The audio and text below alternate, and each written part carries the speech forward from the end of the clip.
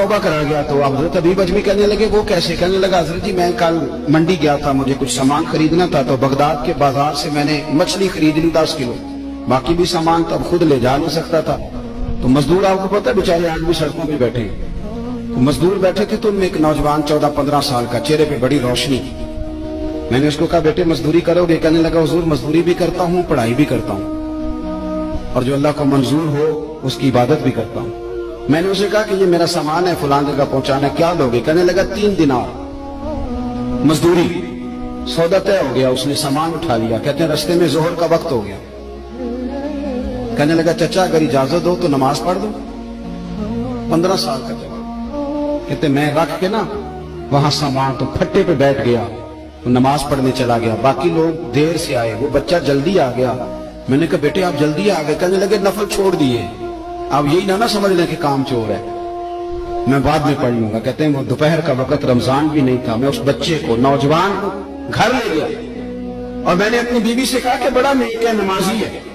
और रास्ते में ये भी हुआ है कि मैंने उसे एक दफा कहा है कि ये मुझे थोड़ी देर के लिए दे दो, गर्मी बड़ी है, तुम्हें पसीना आ रहा है, मैं उठा लेता हूँ। कहने लगा नहीं चाचा मैं रिस्क हलाल खाता हूँ, अगर आप उठाएंगे तो मैं 3 दिनार मजदूरी पूरी नहीं लूंगा, फिर पैसे कम करूंगा। मैंने तय किया है कि उठाऊंगा। तो कहते हैं मैंने अपनी बीवी को बताया तो बड़ी मुतासिर हुई। कहने लगी दोपहर का खाना पक गया, उसे को रोटी खा ले।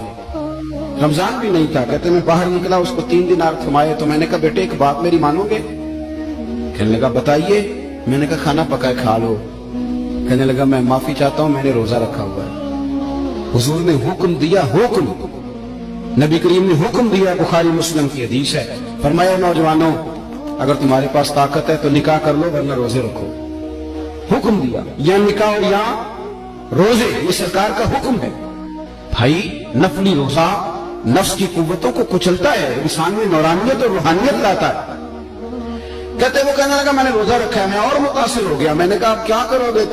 कहीं और जाना है? कहने लगा नहीं, मैं जिस दिन 3 दिनार कमा लेता हूँ फिर मैं मजीद लालच नहीं करता। बाकी वक्त मैं कुरान मजीद पढ़ता रहता हूँ या नबी पाक पे दुरूद शरीफ पढ़ता रहता हूँ।